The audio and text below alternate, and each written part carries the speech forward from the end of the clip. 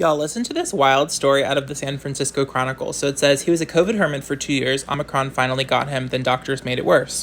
The Chronicle's editorial page editor Matthew Fleischer said BA.5 wiped him out for 12 days. Why did doctors let him get sick instead of giving him Paxlovid when he asked for it?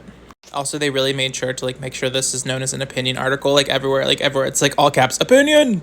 But he said, right away I knew it was going to be bad. I had temperatures over 100 degrees and needed ice packs piled in my forehead to cool down. The coughing wouldn't stop. I didn't need a test to tell me that I had finally caught COVID. For more than 2 years, I basically lived like a hermit to avoid COVID, but this summer was my sister's 40th birthday, so I decided to leave my cave and fly to the East Coast to see her. When the first symptoms hit, I knew I was in trouble.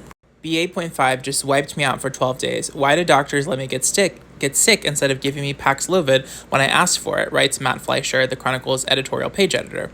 So then Dean Preston said, I had a similar experience to Matt Fleischer trying to get Paxlovid recently. Seems some providers will give it, others won't. And it's not entirely clear why that's the case. It would be great for this to be standardized, and unless there's evidence it's harmful, offer it to all.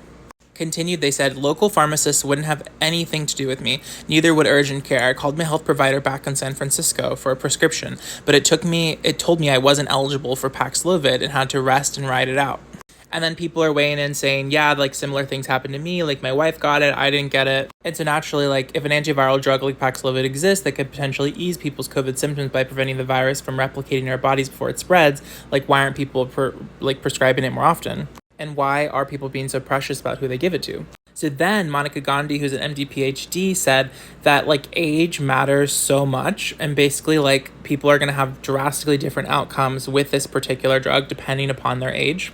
I just think this is all so interesting, and it's I wonder what you guys think about it. What are your reactions to this? Because I personally would be very frustrated if there was a potential remedy for a sickness that I had. But obviously there's so much context and nuance that's needed for this. And as Monica is pointing out, there's different things we have to consider based on different randomized control trials.